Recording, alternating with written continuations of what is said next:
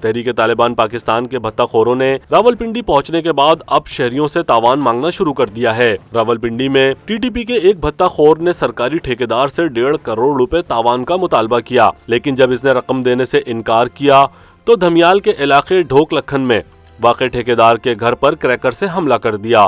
3 جنوری 2022 کو تھانے میں اس واقعے کی ایف آئی آر کے اندراج کے بعد محکمہ انسداد دہشت گردی نے کیس کی تفتیش شروع کر دی ہے۔ سرکاری ٹھیکیدار اور ڈھوک لکھن چکری روڈ کے رہائشی محمد نثار نے ایف آئی آر میں بتایا ہے کہ اسے 7 اکتوبر 2022 کو اپنے موبائل فون پر ایک وائس میسج موصول ہوا، جس میں کال کرنے والے نے خود کو ٹی ٹی پی کا نمائندہ بتایا اور ان سے 1.5 کروڑ روپے تاوان کی فوری ادائیگی کا مطالبہ کیا۔ جب ٹھیکیدار نے اس وائس میسج کو نظر انداز کیا اور اس کا جواب نہیں دیا تو اس شخص نے مزید دھمکانے کے لیے اسی ٹھیکیدار کے بھائی مشتاق علی کے موبائل پر بھی ایک وائس میسج بھیج دیا۔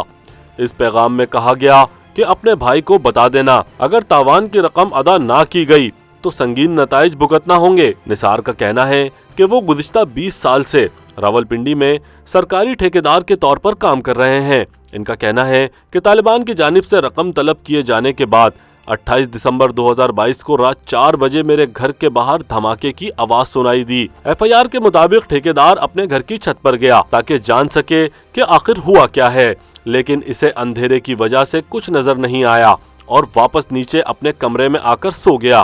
لیکن اگلے دن اس کے بھائی کو ایک اور وائس میسج موصول ہوا جس میں پیغام بھیجنے والے کو یہ کہتے ہوئے سنا جا سکتا ہے کہ اس نے کل رات اس کے بھائی کو دھماکہ کر کے صرف ایک جھلک دکھائی ہے۔ شکایت کنندہ نے ایف آئی آر میں مشتبہ شخص کا حوالہ دیتے ہوئے کہا کہ اس نے دھمکی دی ہے کہ میں ہینڈ گرنیڈ پھینک کر تمہارے بھائی کے گھر کو تباہ کر دوں گا۔ نثار نے کہا کہ دھمکی آمیز وائس پیغامات سن کر وہ پریشان ہو گئے ہیں، لہٰذا ملزم کے خلاف کارروائی کی جائے اور اسے تحفظ فراہم کیا جائے۔ ذرائع کے مطابق ابتدائی تفتیش کے دوران معلوم ہوا ہے کہ ملزم واٹس ایپ کالز کرنے کے لیے غیر ملکی گیٹ وے استعمال کرتا ہے، جس کے باعث اس کی لوکیشن کا تعین کرنا مشکل ہے۔ ذرائع نے بتایا کہ یہ معاملہ سنگین ہے اور اس کا مطلب یہ ہے کہ طالبان اب دارالحکومت اسلام آباد سے چند کلومیٹر دور واقع راولپنڈی شہر تک پہنچ چکے ہیں، لہٰذا قانون نافذ کرنے والے اہلکاروں کی مدد سے ٹی ٹی پی کے اس نیٹ ورک تک پہنچنے کی کوشش کی جا رہی ہے۔